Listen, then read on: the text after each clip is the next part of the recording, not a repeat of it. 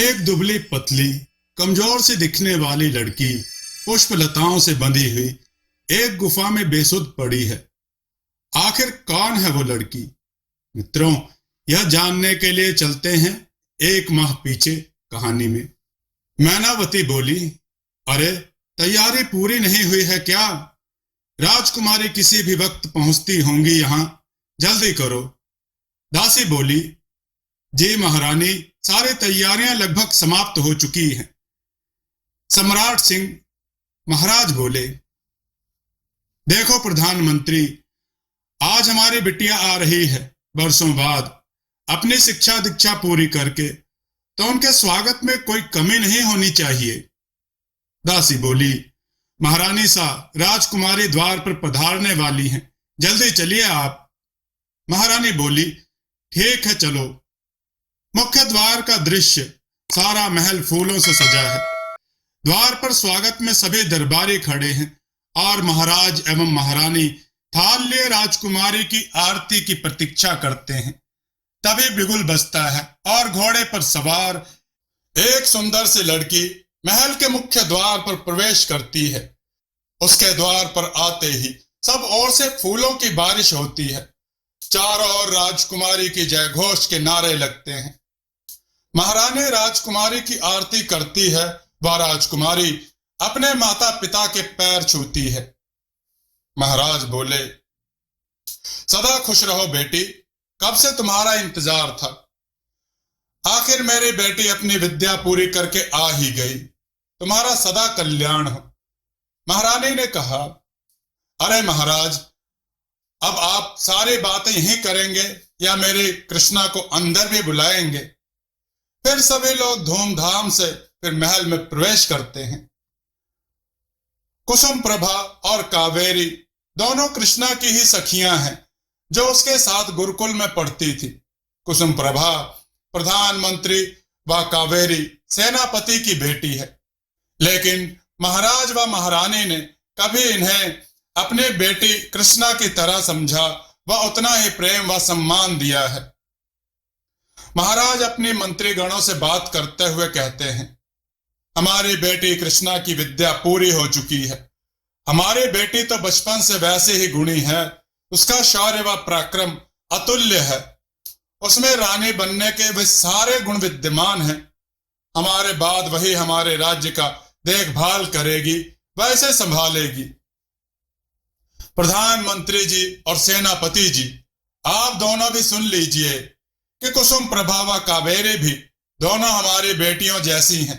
हमने उन्हें कभी भी कृष्णा से कम नहीं समझा, इसलिए उनके विवाह संबंधी व अन्य जिम्मेदारियां भी हमारी हैं और वह दोनों राजकुमारी के साथ इसी महल में रहेंगी।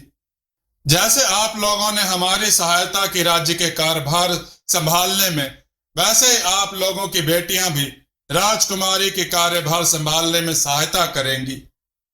बगीचे का दृश्य, राजकुमारी तलवारबाजी का अभ्यास करते हुए, तभी वहां कुसुम प्रभा व कावेरी आती हैं। कुसुम प्रभा बोली, अरे बस करना कृष्णा, कितना अभ्यास करेगी, चलो ना कहीं बाहर भ्रमण पर चलते हैं। कावेरी बोली, अरे कुसुम, राजकुमारी जी के पास तो इतना भी समय नहीं कि वह अपना महल तक का भ्रमण कर सके। अरे कुछ और ना सही तो महल ही घूम लेते हैं, कितने समय बाद लौटे हैं हम अपने घर। और वैसे भी अब मैं और कुसुम तुम्हारे साथ महल में ही रहने वाले हैं। कृष्णा बोली, अच्छा ठीक है, चलो। तीनों महल का भ्रमण करती हैं। तभी तीनों एक पुराने पुस्तकालय में प्रवेश करते हैं। वह पुस्तक देखने लगते हैं। कृष्णा बोली, ये कौन सी जगह है जिसके बारे में मुझे पता नहीं, और यहां पुस्तकों की ऐसी दशा क्यों है? कावेरी बोली, पता नहीं, मैंने यह स्थान आज से पहले नहीं देखा। कुसुम प्रभा बोली, मैंने सुना है इस स्थान के बारे में कि यहां आना मना है। कृष्णा ने कहा, अरे वह पुस्तक देखो, मुझे लगता है कि इस पूरे पुस्तकालय में वही पुस्तक अच्छी अवस्था में है, चलो इसे ही पढ़ते हैं। कुसुम प्रभा ने कहा, अरे इसे पुस्तकों के अलावा कुछ और भी दिखाई देता है। यह हमें घुमाने भी पुस्तकालय लाई है, और वह भी इतना पुराना और अधजला। मैं तो इस पुस्तकालय की खूबसूरती पर मर मिटी। और दोनों हंस पड़ती हैं। कृष्णा बोली, अच्छा, बड़ा मजाक सूझ रहा है तुम दोनों को। ठीक है, तो फिर मैं यहां से जा रही हूं। कावेरी बोली, अरे रुको तो कृष्णा, चलो पुस्तकालय ही देख लेते हैं। तभी कृष्णा की नजर एक काले कपड़े से लिपटी हुई पुस्तक पर पड़ती है। वह उसे उठाने ही वाली थी कि तभी पुस्तकालय में महारानी का प्रवेश होता है। महारानी बोली, अरे आप तीनों यहां क्या कर रही हो? मैं कब से आप लोगों को ढूंढ रही हूं। कावेरी बोली, महारानी जी, कृष्णा को पुस्तकालय देखना था तो हम यहां आ गए।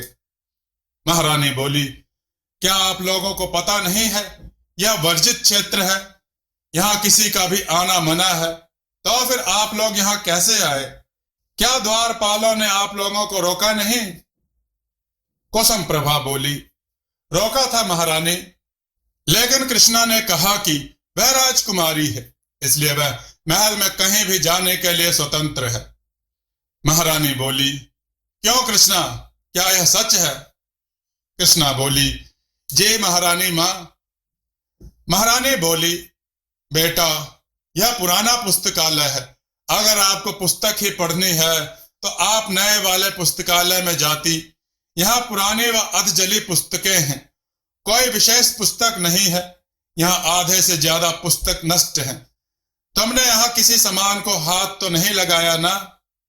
कृष्णा बोली, जी नहीं मां, हमने तो सिर्फ यहाँ घूमकर पुस्तकालय को ही देखा है। महारानी बोली, ठीक है, तो फिर यहां से चलो, और फिर यहां कभी मत आना। यह वर्जित क्षेत्र है। यह पुराना पुस्तकालय है जो जल गया था। अब यह क्षेत्र किसी काम का नहीं है, तो यहां आना सबका मना है, ताकि किसी को कोई नुकसान ना पहुंचे। और इसके बदले में हमने नया पुस्तकालय अपने महल में बनवा दिया है। आप वहां पुस्तक पढ़ सकती हैं। तीनों महारानी के साथ चल देती हैं, और उसके बाद सब एक साथ भोजन करते हैं, और उसके बाद सब अपने अपने कक्ष में सोने के लिए चली जाती हैं। महाराज बोले, महारानी, क्या बात है, आप बड़ी परेशान दिख रही हैं। महारानी ने कहा, जी महाराज, आज कृष्णा व उसकी सखियों को हमने पुराने पुस्तकालय में देखा। उस समय तो मैंने उन्हें मना कर दिया और मैं उन्हें वहां से ले आई। लेकिन आपको कृष्णा का तो पता ही है ना, वह कितनी जिज्ञासु है और आसानी से किसी बात पर विश्वास नहीं करती जब तक वहां खुद उसको पक्का ना कर ले। महाराज बोले, हाँ महारानी जी, आप चिंता मत कीजिए, हम पुस्तकालय के आसपास पहरा और कड़ा करवा देते हैं, ताकि वहां कोई भी ना जा सके। आप तो जानती ही है कि कितने जतन के बाद हमारे घर संतान का जन्म हुआ है, और वह दोनों उस समय को याद करने लगते हैं जब कृष्णा पैदा हुई थी। विवाह के काफी वर्ष तक महारानी को कोई संतान नहीं हुई। बहुत वैद्य व राजवैद्य को दिखाया, लेकिन काफी पूजा अर्चना व व्रत के बाद कृष्णा का जन्म हुआ। तभी एक ज्योतिषी ने भविष्यवाणी की थी कि आपकी बिटिया बहुत ही बहादुर व बुद्धिमान बनेगी। बड़े बड़े लोग इसके सामने घुटने टेक देंगे। यह जिस नक्षत्र में पैदा हुई है, उसे यह लगता है कि मुझे भी यह आपके राज्य को एक बहुत बड़ी मुसीबत से बचाएगी। यह अपने कर्तव्य व जिम्मेदारियों को निभाने के लिए अपनी जान की भी बाजी लगा देगी। लेकिन इसके जन्म की 21वें वर्ष में इस पर प्राणघाती हमला हो सकता है। इसके प्राणों का संकट होगा। यह बहुत वीर है, लेकिन उस समय आपको इस बात का विशेष ध्यान रखना होगा कि उनके प्राणों पर संकट है।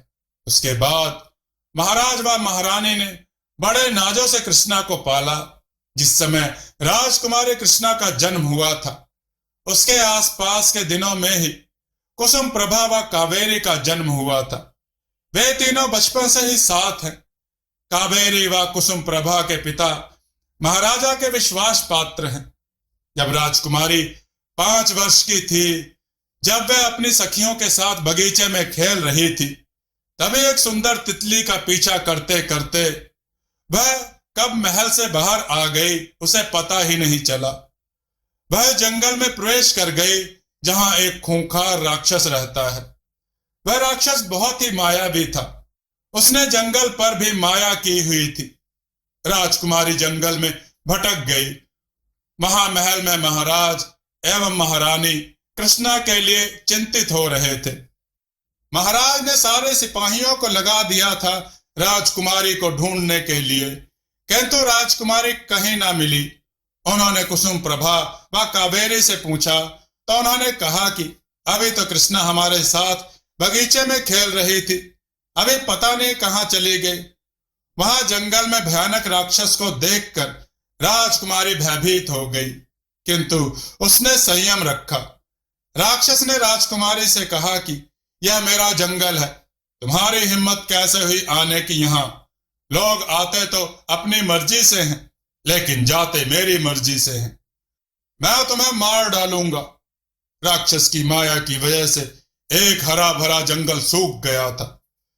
जो जंगल कभी राज्य के लोगों की रोजी रोटी व जंगल के जानवरों के रहने का स्थान था, वह जंगल अब सुनसान हो चुका था।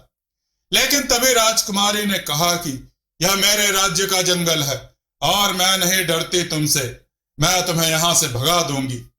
एक छोटी सी बच्ची के मुख से यह बातें सुनकर राक्षस चौंक गया। राक्षस ने अपने बल से राजकुमारी को उठाकर दूर पटक दिया, लेकिन राजकुमारी नहीं डरी। वह उठी, अपने आसपास के पत्थर उठाकर राक्षस को मारने लगी। जैसे ही राक्षस ने राजकुमारी के हाथों पर वह निशान देखा तो वह डर गया। उसके हाथों पर त्रिशूल के जैसा एक निशान था, जिसे देखकर राक्षस डर गया। वह जान लिया कि यह वही लड़की है जो उसकी मौत का कारण बनेगी। राक्षस ने राजकुमारी को बेहोश कर दिया। वह उसको मारने की तैयारी करने लगा। उसने अपनी माया से राजकुमारी पर आग के गोले बरसाने शुरू कर दिए कि तभी महाराज व महारानी अपनी सेना सहित राक्षस का सामना करने लगे। लेकिन राक्षस की माया के आगे भला सैनिक कैसे टिक पाते? वे हार रहे थे। तभी महारानी वापस गई। वह एक साधु के साथ लौटी। साधु ने महारानी से कहा कि राक्षस को ना हराया जा सकता है और ना ही मारा जा सकता है, किंतु इसे कुछ समय तक के लिए कैद किया जा सकता है। इस राक्षस को कोई मार सकता है तो वह केवल तुम्हारी बेटी है, लेकिन वह अभी बहुत छोटी है। जब तक वह बड़ी नहीं हो जाती तब तक हमें उसका संरक्षण करना चाहिए। तभी साधु ने अपनी दिव्य शक्ति का प्रयोग किया। वह राक्षस को कैद करने का यत्न करने लगा तथा महाराज व महारानी से साधु ने वहां से जाने के लिए कहा। जंगल में एक रहस्यमयी सुरंग थी, जिसके द्वार महल के पुस्तकालय में खुलते थे। महाराज व महारानी राजकुमारी को लेकर उसे रास्ते से जाने लगे, लेकिन राक्षस साधु के काबू से बाहर हो गया। वह राजकुमारी का पीछा करने लगा। उसने सुरंग में आग के गोले बरसाए। सुरंग का रास्ता व पुस्तकालय लगभग आधा जल गया था, किंतु महाराज व महारानी राजकुमारी को लेकर महल आ चुकी थी। वह साधु ने अपनी शक्तियों से राक्षस पर काबू पा लिया। वह इसे एक गुफा में बंद कर दिया। महाराज व महारानी ने साधु का धन्यवाद किया, किंतु साधु ने चेतावनी देते हुए कहा कि राक्षस को 15 वर्ष से अधिक कैद नहीं किया जा सकता। मैंने उसकी मायावी शक्ति को कम करके उसे कैद किया है। जिस दिन वह अपनी शक्ति वापस प्राप्त कर लेगा, वह स्वतंत्र हो जाएगा। साधु ने पुस्तक को काले कपड़े से लपेटा और महारानी को दिया। साधु ने महारानी को कहा कि इस पुस्तक में इस सुरंग के दरवाजे की चाबी छुपी हुई है और इस पुस्तक में राक्षस के बारे में सारी बातें लिखी हुई हैं, जो राजकुमारी के बहुत काम आएंगी जब वह राक्षस का अंत करेगी। जब वह 21वें वर्ष में लगेगी, तब तक राक्षस अपनी शक्ति पुनः प्राप्त करके स्वतंत्र हो जाएगा। तब राजकुमारी ही उसका अंत कर सकती हैं। और इसके साथ साधु ने यह भी कहा कि आज जो कुछ भी हुआ है वह राजकुमारी को याद नहीं रहेगा, लेकिन जिस दिन वह इस पुस्तक को पढ़ेगी उन्हें सब कुछ याद आ जाएगा और वह अपनी जिम्मेदारियों को समझकर अपने राज्य की रक्षक बनेंगी। तभी से महाराज ने केवल इस डर के कारण कि कहीं राजकुमारी इस पुस्तकालय में आकर पुस्तक ना पढ़ ले, उन्होंने पुस्तकालय को उसी अवस्था में बंद करवा दिया। वह पुस्तकालय पर कड़ा पहरा लगवा दिया और किसी का भी उस स्थान पर आना जाना या स्थान के बारे में बातचीत पर निषेध लगा दिया। उन्होंने अपनी बच्ची की तरफ देखा जो कि बिस्तर पर भी बेसुध पड़ी हुई थी। वह यह दिन कैसे भूल सकती है कि आज उसकी बच्ची के प्राण बड़ी मुश्किल से बचे हैं। यह बात भूलने के लिए, वह अपनी चिंता कम करने के लिए उन्होंने भी पुस्तकालय के आसपास के क्षेत्र में जाना बंद कर दिया और ना ही कभी कृष्णा को जाने दिया और एक नया पुस्तकालय बहुत ही सुंदर बनवाया। महाराज बोले, हाँ महारानी, यह बात हम भी कैसे भूल सकते हैं कि हमारी बेटी पर प्राणों का संकट आया था। महारानी ने कहा, वही चिंता है महाराज हमें। उस समय तो वो सिर्फ 5 साल की थी, तभी उसने राक्षस को चुनौती दे दी थी। अब पता नहीं क्या करेगी वो। कभी कभी अत्यधिक अधीरता भी हानि पहुंचाती है। महाराज, मैं नहीं चाहती कि कभी कृष्णा पुस्तकालय के आसपास भी जाए और उसे वह सब याद आए जो आज से ठीक 15 साल पहले हुआ था। महाराज बोले, वह तो ठीक है महारानी, लेकिन आपको साधु की बात तो याद है ना। अभी ज्यादा समय नहीं बचा है राक्षस को स्वतंत्र होने में, और अगर ऐसा हुआ तो आपको पता है ना कितना विनाश होगा। महारानी बोली, याद है महाराज, अच्छे से, किंतु हम सब मिलकर उसका कोई समाधान निकाल लेंगे, लेकिन राजकुमारी को उस राक्षस से अकेले नहीं लड़ने देंगे। महाराज बोले, राजकुमारी का 21वां जन्मदिन में 1 माह भी शेष नहीं है महारानी। महारानी ने कहा, हाँ महाराज, यही चिंता मुझे खाए जा रही है। अगर मेरी बेटी को कुछ हुआ तो मैं भी जीवित नहीं रह पाऊंगी। महाराज बोले, आप चिंता मत करें, कुछ नहीं होगा हमारी बेटी को, हम कुछ नहीं होने देंगे उसे। अपने कक्ष में कृष्णा लेटे हुए कुछ सोच विचार कर रही थी। वह सोच रही थी कि मां ने मुझे उस पुस्तकालय में जाने के लिए मना क्यों किया। मां बहुत विचित्र व्यवहार कर रही थी कल, और उस पुराने पुस्तकालय में ऐसा क्या है जो इतना कड़ा पहरा है वहां। कुछ तो बात है जो मुझे नहीं पता। कोई तो गड़बड़ है, कोई तो राज है उस पुस्तकालय के पीछे, लेकिन क्या। और कल कावेरी ने भी मुझे कहा था कि यहां आना मना है, किंतु क्यों, ऐसा क्यों है, ऐसा क्या है उस स्थान पर, पता लगाना ही पड़ेगा। यह सोचते सोचते कृष्णा कब सो जाती है उसे पता नहीं चलता। सुबह का समय, आकाश में चारों ओर लालिमा छाई हुई है। सुगंधित पुष्पों की सुगंध, ठंडी हवा बह रही है। खिली हुई धूप, पक्षियों के चहचहाने की आवाज और बगीचे में शांत बैठी कृष्णा कुछ सोच विचार में डूबी हुई है। तभी दासी का बगीचे में प्रवेश होता है। दासी बोली, प्रणाम राजकुमारी, महारानी ने आपको याद किया है। कृष्णा बोली, अच्छा ठीक है, तुम चलो हम आते हैं। दासी बोली, तुरंत बुलाया है राजकुमारी जी, आप मेरे साथ ही चलिए। कृष्णा बोली, ठीक है चलो। कृष्णा ने कहा, प्रणाम रानी मां, आपने हमें बुलाया। महारानी बोली, हाँ हमें मंदिर जाना है, आज जल्दी से तैयार हो जाइए, आपको भी हमारे साथ चलना है। कृष्णा बोली, जी मां। कृष्णा कक्ष में तैयार होने चली जाती है। तभी उसके कक्ष में उसकी सखियों का प्रवेश होता है। कुसुम प्रभा बोली, अरे वाह कृष्णा, आज तो तुम बहुत ज्यादा सुंदर लग रही हो। कावेरी बोली, और क्या, बिल्कुल चांद का टुकड़ा लग रही हो कृष्णा। क्यों कुसुम, रोजाना हम सुंदर नहीं लगते क्या? और तुम दोनों को सुबह से कोई मिला नहीं ठिठोली करने के लिए? हाँ? दोनों एक ही स्वर में, मिला ना, लेकिन तुम्हारे साथ मजाक मस्ती करने में जो आनंद है वह किसी और के साथ करने पर थोड़े ना मिलता है।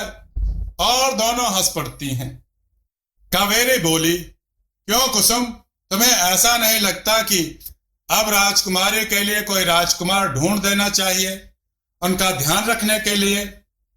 कुसुम प्रभा बोली, हाँ कावेरी, बिल्कुल लगता है राजकुमार आएगा और राजकुमारी को घोड़े पर बिठाकर अपने साथ ले जाएगा। कृष्णा बोली, हम कहीं नहीं जाएंगे और वैसे भी हमें अभी विवाह नहीं करना। दोनों राजकुमारी के गले लग जाती हैं। कृष्णा बोली, इतना भावुक मत हो तुम दोनों, हमारी विदाई नहीं हो रही आज। और वो तो हम मंदिर जा रहे हैं इसलिए तैयार हुए हैं मां के साथ। तुम दोनों भी चलो ना हमारे साथ, हमें अकेले जाना अच्छा नहीं लगेगा। ठीक है, हम दोनों चलेंगे और देख भी लेंगे अपने राज्य को, यहाँ की झीलें, नदियों को। मंदिर के बाद हम घूमने चलेंगे। कुसुम प्रभा बोली, हाँ, और तुम मना मत करना कृष्णा, वरना हम तुम्हारे साथ नहीं जाएंगे। कृष्णा बोली, अच्छा ठीक है, अब तुम दोनों तैयार हो जाओ, फिर हम चलेंगे।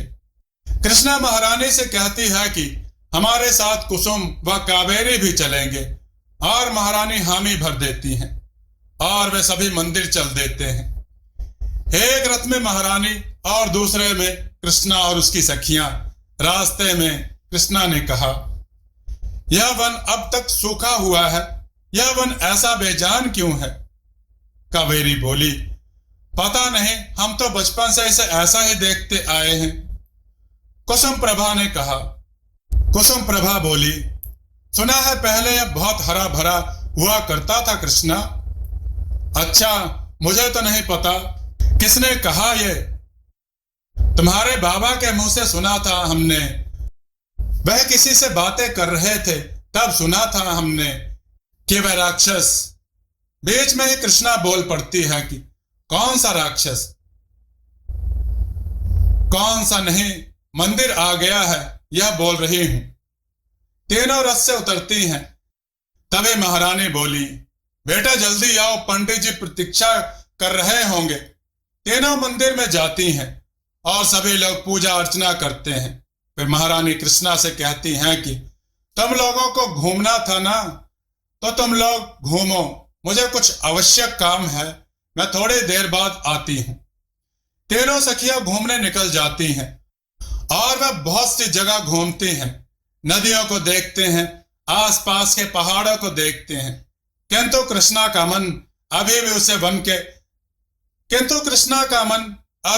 उस वन के दृश्यों में घूम रहा था। उसे जाने के वह स्थान जाना पहचाना लग रहा था। तभी उसे एक बूढ़ी महिला दिखाई दी जो कि भूख से तड़प रही थी। कृष्णा ने उसे खाना दिया। वह पूछा कि आपकी हालत कैसे हुई? तभी बूढ़ी महिला ने कहा कि बेटी, कभी यह वन हरा भरा हुआ करता था, हमारा घर वह हमारी रोजी रोटी का साधन हुआ करता था, लेकिन उस राक्षस ने हमसे हमारा घर छीन लिया, अपनी माया से वन को सुखा दिया। मेरा कबीला वन में निवास करता था, कभी हम लोग बहुत खुश थे, लेकिन हमारा सब कुछ छीन गया। कृष्णा बोली, कौन सा राक्षस अम्मा?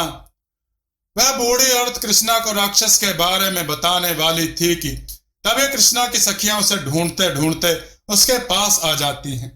दोनों कहती हैं कि कहां थी तुम कृष्णा, हम कब से तुम्हें ढूंढ रहे थे। कृष्णा बोली, मैं इस अम्मा से बातें कर रही थी, वह मुझे बता रही थी किसी राक्षस के बारे में, मुझे जानना है वह सब।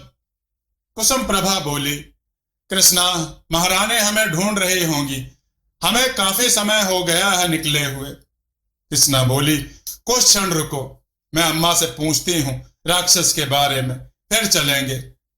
अरे यार, तुम्हारे चक्कर में वो अम्मा भी चली गई, मुझे कुछ आवश्यक बात करनी थी उनसे, कुछ रहस्य। वह राक्षस, वह उस राक्षस का रहस्य जानना था। फिर वह अपने सखियों के साथ मंदिर की तरफ चली जाती है। पूरे मार्ग में कृष्णा के मस्तिष्क में वही बातें चल रही थी जो अम्मा ने उसे कही थी। मंदिर पहुंचने के बाद कृष्णा देखती है कि महारानी अभी तक नहीं आई है। कृष्णा बोली, देखा, मां अभी तक नहीं आई है और तुम मुझे ऐसे ही वहां से भगा दिया। मुझे कुछ और समय रुकना था वहां। वैसे मां आई क्यों नहीं अभी तक?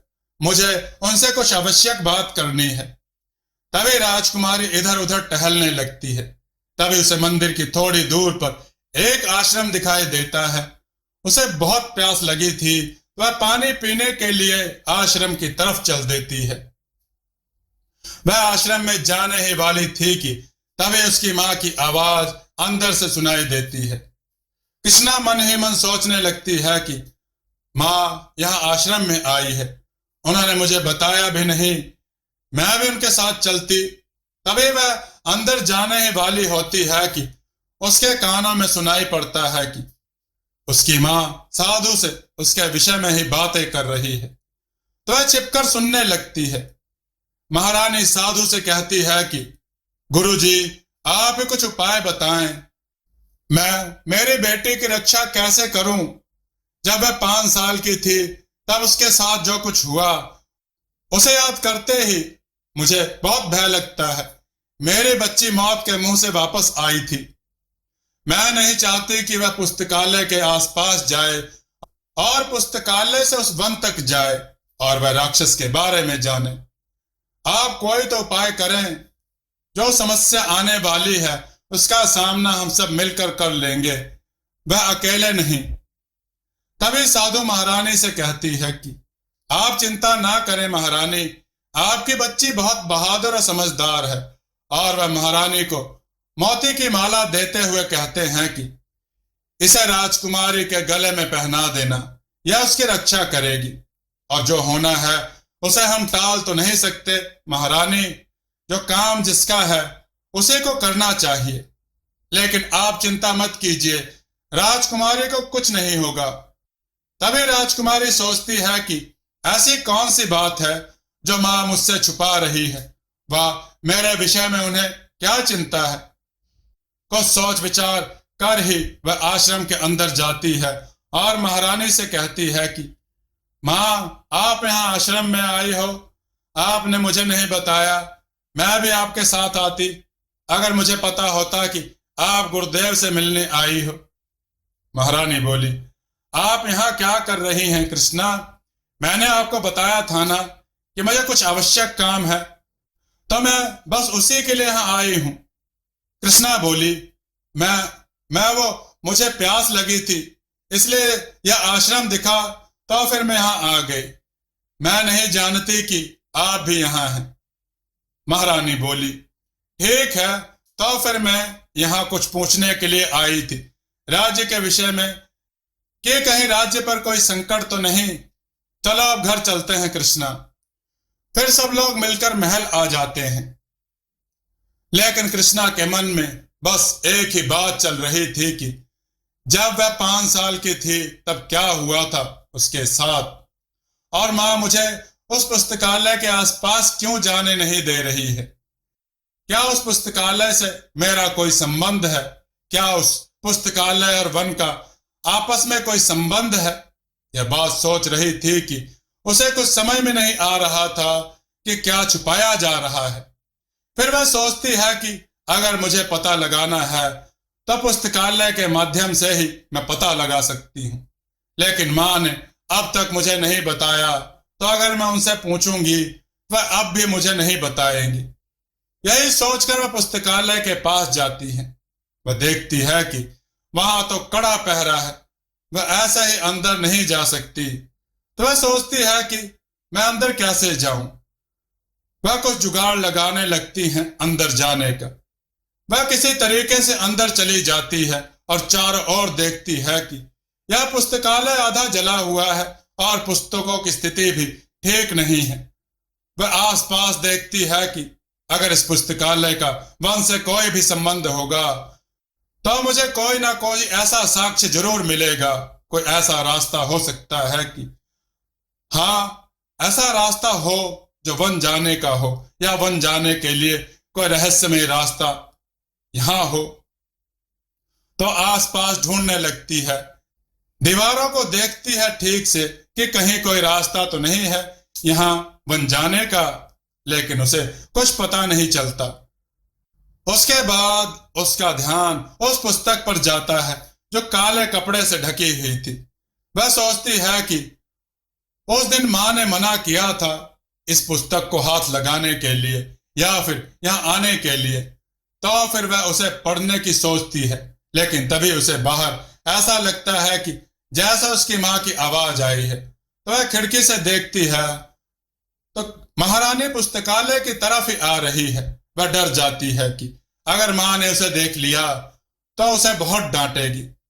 उन्होंने मना किया यहां आने के लिए, और फिर वह कुछ भी प्राप्त नहीं कर पाएगी, कुछ भी नहीं जान पाएगी। यह सोचकर वह छिप जाती है। उसे लगा कि महारानी चली गई है, तो वह वहां से बाहर निकलने की सोचती है और अपने साथ उस पुस्तक को भी ले लेती है। लेकिन महारानी कुछ सोचकर वापस पुस्तकालय के पास आती है।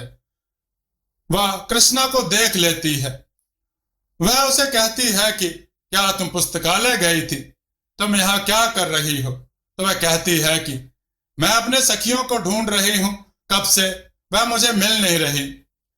मुझे उन्हें कुछ बताना है, तो मुझे लगा कि वह यहां होंगे, तो इसलिए मैं यहां आई हूं। तभी महारानी कहती हैं कि कृष्णा, जिस काम के लिए तुम्हें मना किया जाए तुम्हें वही करना है। मैंने मना किया था ना इस स्थान पर आने के लिए। तो उसने कहा कि मां, मैं आज के बाद यहां नहीं आऊंगी, आप नाराज ना हो मुझसे।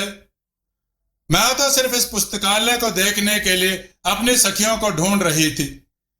यहां एक रहस्यमय खजाने की पुस्तक है, मैं वही दिखा रही थी। महारानी बोली, तो अच्छा कौन सी पुस्तक है, जरा मुझे तो दिखाओ।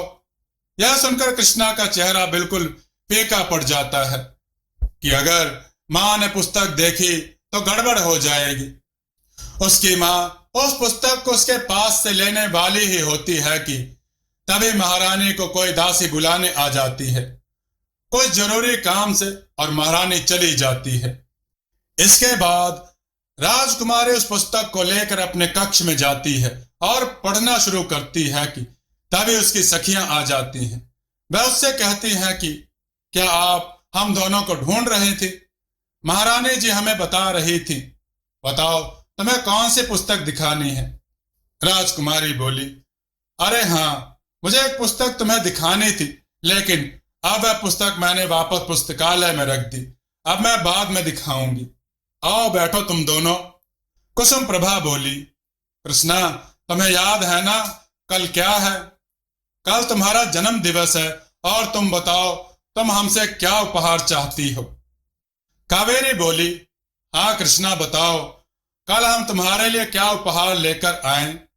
कृष्णा बोली, जो आप दोनों को अच्छा लगे हमारे लिए आप वही ले आना। तुम चलो ना हमारे साथ घूमने घाट के पास, वहां मेला लगा है। वहां हमें जो पसंद आएगा हम वहां से ले लेंगे और तुम्हारे लिए भी लेंगे। तुम जो पसंद करोगी। और कल तुम्हारा जन्मदिन है ना, चलो ना हम सब घूमने चलते हैं। तभी राजकुमारी कहती है कि मुझे कुछ काम है, मैं अभी नहीं जा सकती। कल मेरा जन्म दिवस है। कल जो तुम कहोगी मैं वह करूंगी।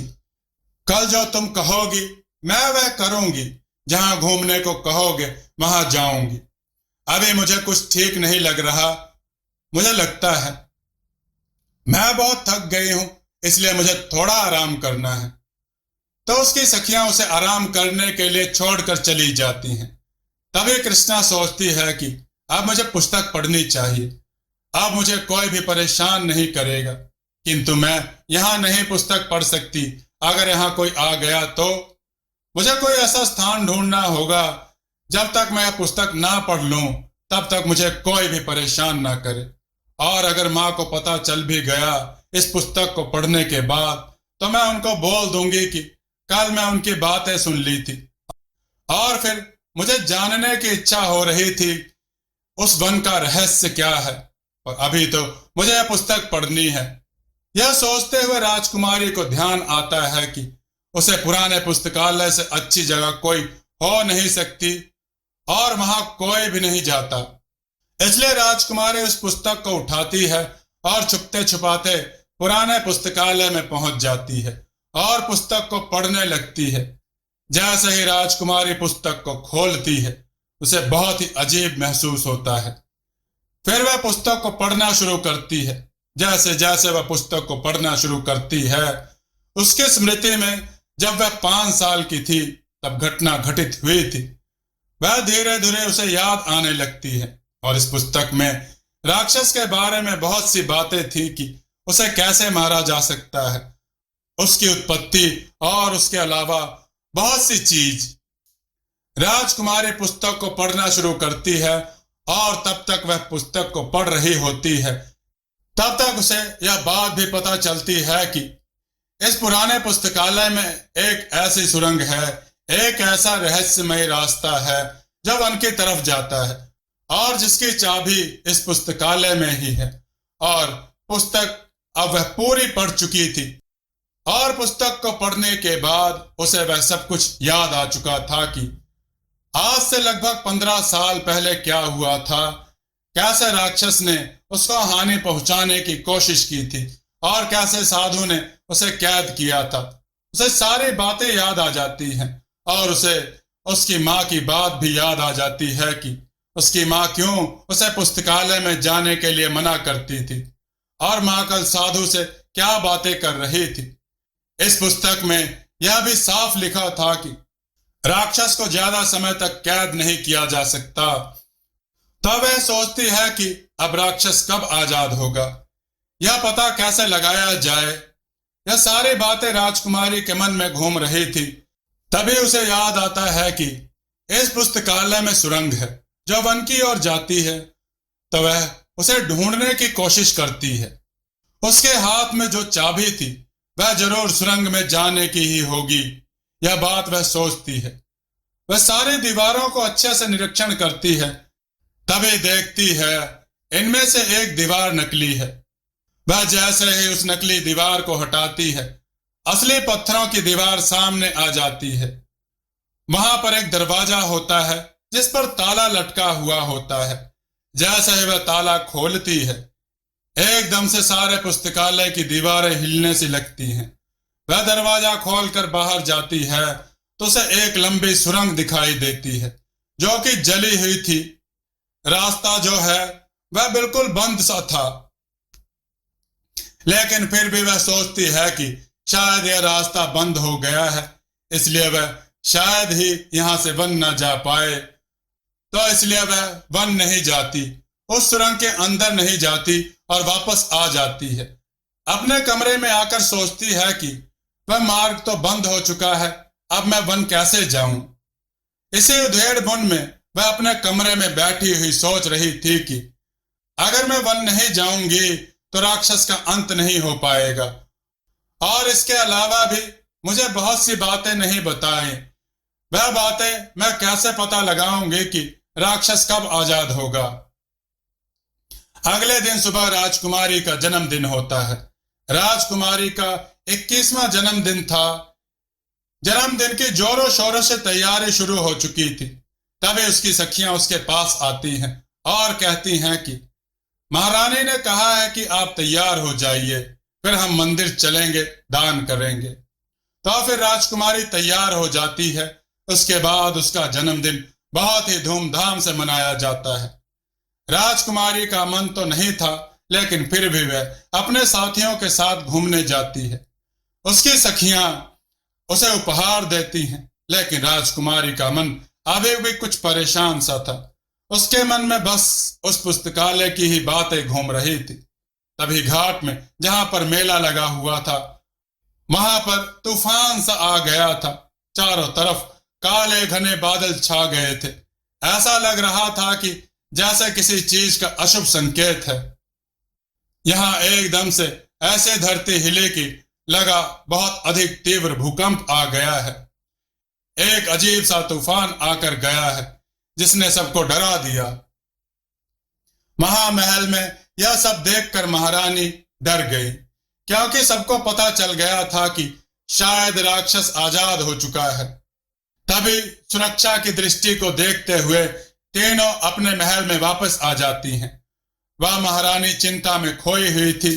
तभी राजकुमारी को देखते ही महारानी उसे गले से लगाकर रो पड़ती हैं और पूछती हैं कि बेटा, आप ठीक तो है ना? तभी राजकुमारी महारानी से कहती है, वह ठीक है, उन्हें कुछ नहीं हुआ है। राजकुमारी महारानी से पूछती है कि यह तूफान कैसा है? तो महारानी कुछ जवाब नहीं देती और कहती हैं कि आप अपने कक्ष में जाकर आराम कीजिए। लेकिन राजकुमारी के कानों में यह बात पड़ जाती है कि कई लोग बातें कर रहे थे कि राक्षस शायद आजाद हो चुका है। राजकुमारी अपना घोड़ा उठाती है और चल देती है साधु की कुटिया की ओर और अंदर जाती है और साधु को प्रणाम करती है और उनसे पूछती है अपने बारे में सब कुछ जो तब घटित हुआ था। तब वह मात्र 5 साल की थी। तब साधु उन्हें बताता है कि जब वह 5 वर्ष की थी तब उनके प्राणों पर संकट आया था। राक्षस ने उन्हें हानि पहुंचाने का प्रयास किया था, लेकिन उन्होंने ही उनकी जान बचाई थी। वह राक्षस को 15 वर्षों के लिए कैद कर दिया था, क्योंकि राक्षस को ज्यादा समय तक कैद नहीं किया जा सकता।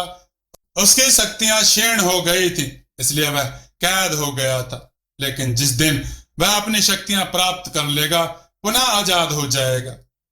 राजकुमारी के हाथ पर जो निशान है वह ऐसे व्यक्ति को दर्शाता है कि वही व्यक्ति राक्षस की हत्या कर सकता है। राजकुमारी को साधु बताते हैं कि उन्होंने अपनी दिव्य शक्तियों से राक्षस की शक्तियां क्षीण करके उन्हें कैद कर दिया था, लेकिन अब राक्षस अपनी शक्ति पुनः प्राप्त कर चुका है, वह आजाद हो चुका है। साधु ने राजकुमारी को बताया कि अब वही ऐसी है जो अपने राज्य को इस संकट से निकाल सकती है और राक्षस का अंत कर सकती है। तभी साधु राजकुमारी को एक जल देते हैं और उन्हें कहते हैं कि यह राक्षस की माया को कम करेगा और उसकी सहायता करेगा। और साधु राजकुमारी को यह भी बताते हैं कि उनके गले में जो माला है उन्हें वह कभी भी ना उतारे, क्योंकि वह उनकी रक्षा करेगी राक्षस से और उनका राक्षस से सामना करने में सहायता करेगी। राजकुमारी साधु से आशीर्वाद लेती है और साधु उन्हें विजय भव का आशीर्वाद देते हैं और वह राक्षस को खत्म करने के लिए चल पड़ती है। इसके बाद राजकुमारी महल वापस आती है और अपने माता पिता से आशीर्वाद लेती है। तभी महारानी कहती हैं कि बेटा, हमारा आशीर्वाद तो सदा आपके साथ है। क्या हुआ, आप इतनी भावुक क्यों प्रतीत हो रही हैं? तब राजकुमारी कुछ नहीं कहती और उनके गले लग जाती है और फिर महारानी से पूछती है कि माँ, मेरी सखियां कहाँ हैं? मुझे उनसे मिलना है। उसके बाद राजकुमारी अपनी सखियों से मिलने जाती है और उनके गले मिलते हुए कहती है कि मुझे आप दोनों के साथ बिताए हुए यह पल बहुत याद आएंगे, तो आप लोग हमें ज्यादा याद ना करना। तभी उनके दोनों सखियां भावुक हो जाती हैं और कहती हैं कि तुम ऐसा क्यों बोल रही हो जैसे हम बिछड़ने वाले हैं? हम तो हमेशा साथ रहेंगे, तुम ऐसा मत बोलो। तो राजकुमारी कहती है कि हम तो ऐसे ही कह रहे थे। इसके बाद राजकुमारी रात होने का इंतजार करती है और एक मशाल लेकर पुस्तकालय की तरफ जाती है और पुस्तकालय से उस सुरंग की तरफ जाती है जिसकी हालत ठीक नहीं थी, लेकिन फिर भी वह किसी तरह वन में प्रवेश कर जाती है। वन में प्रवेश करने पर उसे बहुत ही विचित्र महसूस हो रहा था। वह इधर उधर वन में घूम कर देख रही थी। उसे लग रहा था कि वह यहाँ पहले भी आ चुकी है। तभी उसे याद आता है कि जब वह 5 वर्ष की थी तब वह यहाँ आई थी। उसने उस पुस्तक में पढ़ा था कि यहाँ इस वन में कोई दिव्य तलवार दबी हुई है किसी वृक्ष के नीचे, जो राक्षस का अंत करने में उसकी सहायता करेगी। तो वह सोचती है कि वह उसे ही सबसे पहले ढूंढेगी। लेकिन जैसे वह उसे ढूंढने वाली होती है कि वह देखती है उसके सामने राक्षस खड़ा है। सबसे पहले तो वह भयभीत होती है, लेकिन जल्द ही उसने अपने भय पर काबू पा लिया था और राक्षस राजकुमारी से कहता है कि राजकुमारी, तुम यहां खुद ही मरने के लिए चली आए। मैं तुम्हें मारने के लिए आने ही वाला था कि तुम खुद यहां चली आई। अब तुम्हें मुझसे कोई नहीं बचा सकता है, तुम्हें मार डालूंगा। तो राजकुमारी कहती है कि मैं तुमसे नहीं डरती, मैं तुम्हारा अंत हूं, मैं ही तुम्हारा अंत करूंगी, तुम मुझसे नहीं बच सकते। तो राक्षस कहता है कि आज से 15 साल पहले तो तुम मुझसे बच गई थी, लेकिन अब तुम मुझसे बच नहीं सकती। मैंने अपनी शक्तियों को पुनः प्राप्त कर लिया है। वह राक्षस राजकुमारी पर हमला करता है, लेकिन राजकुमारी के गले में पड़े हार की वजह से उसे कुछ नुकसान नहीं पहुंच पाता। लेकिन राजकुमारी का हार राक्षस की शक्तियों की वजह से कमजोर पड़ रहा था और राजकुमारी राक्षस की शक्तियों की वजह से उछलकर दूर गिर गई, क्योंकि उसके हार की शक्तियां क्षीण होने लगी थी राक्षस के आगे। लेकिन राक्षस राजकुमारी के आसपास भी नहीं भटक सकता था हार की वजह से। इसलिए राक्षस ने सोचा कि मैं उसे कैद कर लूंगा। तो उसने अपनी माया से वृक्ष की लताओं की सहायता से राजकुमारी को कैद कर लिया और एक गुफा में बंद कर दिया, जो कि उस वन में थी। अब राजकुमारी लताओं से कैद थी, बंधी हुई थी और उस वन में एक गुफा में बेसुध सी पड़ी हुई थी। इधर महल का दृश्य, कृष्णा की सखियां बगीचे में टहल रही थी। तभी महारानी उनसे पूछती है कि कृष्णा अभी तक उठी है क्या? उसकी सखियां कहती हैं, पता नहीं महारानी, कृष्णा इतनी देर तक सोती तो नहीं है, किंतु हमने तो कल शाम से उसे नहीं देखा है। हम दोनों मिलने गए थे, तब वह बोल रही थी वह थक गई है, कहीं उसकी तबीयत तो खराब नहीं है। महारानी बोली, ठीक, हम जाकर देखते हैं उसके कक्ष में। महारानी राजकुमारी के कक्ष में जाती है, किंतु वहां राजकुमारी नहीं थी। महारानी और कृष्णा की सखियां उसे महल के कोने कोने में ढूंढते हैं, सब जगह देखते हैं, किंतु वह नहीं मिलती। महारानी बोली, महाराज, राजकुमारी महल में नहीं है, आप अपने सैनिकों को भेजिए और पता करवाइए कि राजकुमारी कहाँ है, मुझे उनकी बहुत चिंता हो रही है। महाराज अपने सैनिकों को हर जगह भेजते हैं राजकुमारी को ढूंढने के लिए, लेकिन राजकुमारी कहीं नहीं मिलती। 2 दिन हो चुके हैं और राजकुमारी का कहीं भी पता नहीं चला। महारानी का तो चिंता कर कर के स्वास्थ्य खराब हो रहा था। महारानी कृष्णा की सखियों से पूछती हैं, तो वह उसे बताती है कि हाँ महारानी, कृष्णा राक्षस और वन के बारे में कुछ बातें कर रही थी। यह सोचकर ही महारानी चिंतित हो जाती हैं और वह पुरानी पुस्तकालय जाती हैं तो देखती हैं कि वह राक्षस वाली पुस्तक वहां नहीं है, तो बहुत चिंता में आ जाती हैं। महारानी और महाराज साधु के पास आश्रम में मिलने जाते हैं, तो साधु उनको बताते हैं कि कल राजकुमारी यहां आई थी, उनको सब कुछ पता चल चुका है कि वही अपने राज्य की रक्षा कर सकती हैं राक्षस से। तो कल ही वे मेरा आशीर्वाद लेकर गई थी और राक्षस को मारने। क्या उन्होंने आपको नहीं बताया? मुझे लगा कि वह आपको बताकर गई हैं। तभी महारानी चिंता में साधु से कहती हैं कि महाराज, आप कोई उपाय करें, हमें अपने बच्चे की बहुत चिंता हो रही है। आप चिंता नहीं करें, राजकुमारी को कुछ नहीं होगा, वह बहुत ही बहादुर है और मैंने उनको एक जल दिया है जो राक्षस की माया को कम करेगा और वह राक्षस को मारने में उनकी सहायता भी करेगा। महारानी और महाराज महल वापस आ जाते हैं। महारानी जो है वह वन जाने की चेष्टा करती हैं, किंतु राक्षस की माया की वजह से अंदर प्रवेश कर नहीं पाती। इधर राजकुमारी अपने आप को लताओं से बंधे हुए देखती है। राजकुमारी को 2 दिन हो गए थे, ना तो उन्होंने कुछ खाया था और न ही कुछ पिया था। वह बहुत ही कमजोर लग रही थी। वह किसी तरह अपने आप को लताओं से स्वतंत्र करने का प्रयास करती हैं, किंतु असफल हो जाती हैं। तभी उन्हें साधु के द्वारा दिए गए जल की याद आती है, तो वह उसे लताओं पर छिड़कती हैं, जिससे कि लताएं जो हैं वह टूट जाती हैं, क्योंकि लताओं पर राक्षस की माया के कारण वह बंधी हुई थी।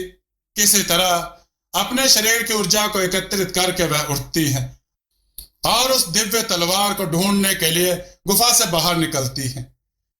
इधर राक्षस राजकुमारी को गुफा में ना पाकर बहुत ही आग बबूला हो जाता है। प्यास के कारण राजकुमारी का गला सूख रहा था, वह ठीक से चल भी नहीं पा रही थी। ऐसा लग रहा था जैसे किसी भी वक्त बेहोश हो जाएगी, लेकिन फिर भी वह तलवार को ढूंढने की चेष्टा कर रही थी। तभी उसे सूखे हुए वृक्षों के बीच में एक छोटा सा हरा वृक्ष दिखाई देता है, तो उसके पास तलवार को ढूंढने लगती हैं। वह वृक्ष के आसपास मिट्टी हटाती हैं और तलवार को प्राप्त कर लेती हैं। जैसे ही राजकुमारी तलवार उठाकर चलने लगती हैं कि वह अपने सामने राक्षस को देखकर थोड़ा भयभीत हो जाती हैं। तभी राक्षस राजकुमारी से कहता है कि तुम आजाद कैसे हो गई मेरी कैद से? लगता है तुम्हें मरने की कुछ ज्यादा ही जल्दी है, अब तुम्हें मुझसे कोई नहीं बचा सकता। तभी राजकुमारी कहती है कि मरने की जल्दी तो शायद तुम्हें है, तुम्हारा अंत नजदीक है। राजकुमारी अपनी तलवार निकालने ही वाली होती है कि तभी राक्षस राजकुमारी पर प्रहार कर देता है और राक्षस के प्रहार के कारण राजकुमारी की माला टूट जाती है। इसके बाद राक्षस के प्रहार के कारण राजकुमारी जमीन पर गिर जाती है। राजकुमारी का सुरक्षा कवच जो कि वह माला थी, राक्षस की शक्तियों के आगे उसकी शक्ति कमजोर पड़ जाती है और वह टूट जाती है। राक्षस कहता है कि अब तुम्हें मुझसे कौन बचाएगा? अब तो तुम्हें मरना ही होगा, मैं तुम्हें मार डालूंगा। राजकुमारी किसी तरह अपनी शक्तियों को एकत्र करके खड़ी होती है और जैसे वह दिव्य तलवार निकालती है, राक्षस डर जाता है। राजकुमारी के हाथ पर जो निशान था वह तलवार के निकलते ही चमक उठता है। उस चमक को देखकर राक्षस की आंखें चौंधिया जाती हैं। इसके बाद राक्षस आग के गोले बरसाता है, किंतु राजकुमारी अपनी तलवार की सहायता से उन्हें रोक लेती है। राजकुमारी अपने शरीर में एक शक्ति का अनुभव करती है और वह अपनी पूरी ताकत से राक्षस का सामना करती है। इसके बाद राक्षस अपनी माया से अपने कई रूप बना लेता है ताकि राजकुमारी यह ना पहचान पाए कि असली राक्षस कौन है।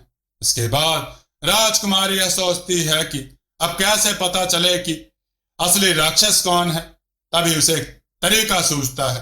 वह अपनी तलवार को सूर्य के प्रकाश में लेकर आती है और सूर्य के प्रकाश को राक्षस के रूपों पर करती है, तो यह पता चल जाता है कि असली राक्षस कौन है, क्योंकि असली राक्षस की छाया जमीन पर बन रही थी। इसके बाद वह राक्षस के सारे रूपों को मिटा देती है और असली राक्षस सामने आ जाता है। इसके बाद वह राक्षस का अपनी पूरी ताकत से सामना करती है। राजकुमारी की तलवार के आगे राक्षस की छेड़ पड़ जाता है। उसके बाद राक्षस गुस्से में आकर उसके चारों ओर अग्नि का गोला बना देता है। अग्नि उसकी तरफ बढ़ती ही जा रही थी। वह सोच नहीं पा रही थी कि वह अपने प्राण कैसे बचाए। तभी उसे एक शाखा दिखाई देती है और वह उस पर लटक कर शाखा की सहायता से अग्नि से बाहर किसी प्रकार निकल आती है। तभी वह देखती है कि वह राक्षस वहां से भाग चुका है। वह उसे इधर उधर ढूंढती है, लेकिन वह उसे नहीं मिलता। तभी वह ध्यान से सुनती है तो उसे किसी के तेज तेज चलने की कदमों की आवाज आ रही थी। उसे लगता है कि वह राक्षस ही होगा और वह उन कदमों का पीछा करती है, लेकिन उसे राक्षस नहीं दिखाई देता। तभी उसके हाथ पर पड़ा हुआ निशान एकदम से चमकने लगता है। वह इसे समझ नहीं पाती कि यह क्यों हो रहा है। तभी उसे एक चट्टान दिखाई देती है। उसे कुछ विचित्र सा महसूस हो रहा था, क्योंकि जब वह यहां पहले आई थी तो यहां कोई चट्टान नहीं थी। जैसे जैसे वह चट्टान की तरफ बढ़ती जा रही थी, उसके हाथ पर पड़ा हुआ निशान और चमकता जा रहा था। उसे लग रहा था कि राक्षस जरूर ही उस चट्टान के आसपास ही होगा। वह अपनी तलवार निकालती है और तभी उसे याद आता है कि उसके पास दिव्य जल था जो साधु ने उसे दिया था, जिसका प्रयोग वह केवल 2 बार कर सकती थी। एक बार तो वह राक्षस की कैद से निकलने के लिए उसका प्रयोग कर चुकी थी। दूसरी बार वह जल चट्टान पर डाला और चट्टान राक्षस में बदल गई और राक्षस का असली रूप सामने आ गया। उसके बाद राक्षस ने अपनी माया से पत्थर बरसाने शुरू कर दिए। राजकुमारी राक्षस का सामना बड़ी बहादुरी से कर रही थी। तभी राक्षस के प्रहार के कारण राजकुमारी की तलवार उससे दूर जा गिरी। राक्षस ने एक जोरदार प्रहार किया और राजकुमारी जमीन पर गिर गई और फिर वह उठ नहीं सकी। राक्षस जोर जोर से हंसने लगा। उसे लगा कि राजकुमारी की मृत्यु हो चुकी है, अब उसे मारने वाला कोई नहीं है। किंतु जैसे ही वह राजकुमारी के पास गया, राजकुमारी ने रेत उठाया और हवा में उछाल दिया। लपक कर उसने अपनी तलवार प्राप्त की और अपनी पूरी शक्ति से राक्षस के पैरों पर प्रहार किया। दर्द के कारण राक्षस जमीन पर गिर गया। राजकुमारी राक्षस पर प्रहार करने ही वाली थी कि उसे चक्कर आ गया और वह जमीन पर गिर गई। उसे लगा जैसे वह मूर्छित होने वाली है, लेकिन फिर भी उसने हिम्मत नहीं हारी और अपना धैर्य बनाए रखा और एक बार फिर खड़े होने का प्रयास किया। अपने शरीर की सारी शक्तियों को एकत्रित किया और फिर से उठी। उसने अपनी पूरी शक्ति का प्रयोग करके राक्षस की गर्दन पर प्रहार किया। उसने फिर से राक्षस पर प्रहार किया। जब वह राक्षस पर प्रहार कर रही थी, तब उस दिव्य तलवार से एक ऐसी रोशनी निकली जिसने राक्षस को भस्म कर दिया और राक्षस का अंत हो गया। अब राक्षस मर चुका था और वन पर उसकी माया का भी अंत हो चुका था। पृथ्वी में कंपन होने लगी और तेज तेज आंधी चलने लगी। अचानक ही एक तेज रोशनी आई और वन फिर से हरा भरा हो गया। वन पर ऐसे राक्षस की माया का प्रभाव हट चुका था। वन पर से राक्षस की माया का प्रभाव हट चुका था। राजकुमारी बहुत खुश थी कि राक्षस मारा जा चुका है और अब वह फिर से अपने परिवार से मिल सकती है। उसका वन फिर से हरा भरा हो गया है। किंतु वह एक कदम ही चली थी कि उसके शरीर में इतनी हिम्मत नहीं थी कि वह आगे चल सके और वह मूर्छित हो गई। महाराज, महारानी और राजकुमारी की सखियों ने वन में प्रवेश किया, क्योंकि अब वन में राक्षस की माया का कोई प्रभाव नहीं था और कोई भी वन में अब आ जा सकता था। सब लोग यह देखकर बहुत खुश हुए कि वन फिर से हरा भरा हो गया है और राक्षस का अंत हो चुका है। जैसे ही वह वन में आगे बढ़े, देखते हैं कि राजकुमारी जमीन पर पड़ी हुई है। राजकुमारी को इस स्थिति में देखकर तो महारानी की चीख ही निकल गई। उन्हें लगा कि उन्होंने अपनी बेटी को खो दिया है। राजकुमारी की सखियों की आंखों में भी आंसू थे। उन्होंने राजकुमारी को हिलाया, उससे बात करने की कोशिश की, किंतु राजकुमारी ने कोई जवाब नहीं दिया। इसके बाद तुरंत ही वह राजकुमारी को महल लेकर आ गए और राजवैद्य को बुलाया। राजवैद्य ने महारानी को बताया कि राजकुमारी अभी जीवित है, उन्हें कुछ नहीं हुआ है, वह सिर्फ मूर्छित हुई है, भूख प्यास के कारण और कमजोरी की वजह से। राजवैद्य ने राजकुमारी को औषधि दी। महारानी ने राजकुमारी को पानी पिलाया और भोजन खिलाया। अब राजकुमारी बिल्कुल स्वस्थ थी। महारानी राजकुमारी पर गुस्सा कर रही थी कि कृष्णा ने उसे बताया नहीं कि वह राक्षस को मारने वन जा रही है। राजकुमारी कहती है कि आप मेरी चिंता करती इसलिए नहीं बताया और मुझे अकेले नहीं जाने देती। मैं आपको और पिताश्री को किसी संकट में नहीं डाल सकती थी। मैं राजकुमारी हूं और राज्य के प्रति मेरे कुछ कर्तव्य हैं, वह तो मुझे निभाना ही था, चाहे मेरे प्राण ही क्यों न चले जाएं। मुझे अपने राज्य के लोगों की उस राक्षस से रक्षा करनी थी। आप चिंता मत कीजिए, मैं अब ठीक हूं और स्वस्थ हूं। फिर राजकुमारी अपनी सखियों से मिलती हैं। उसकी सखियां उसे देखकर भावुक हो जाती हैं और उसके वीरता की खूब प्रशंसा करती हैं। फिर महाराज आ जाते हैं। वह राजकुमारी को बताते हैं कि राज्य के लोगों को पता लगा है कि तुमने राक्षस का अंत कर दिया है, इसलिए वह तुम्हारे स्वागत के लिए और तुम्हारा धन्यवाद अर्पित करने के लिए मुख्य द्वार पर खड़े हैं। चलिए आप सभी वहां चलिए और राजकुमारी और उनकी सखियां, महारानी सब मुख्य द्वार की तरफ चल देते हैं।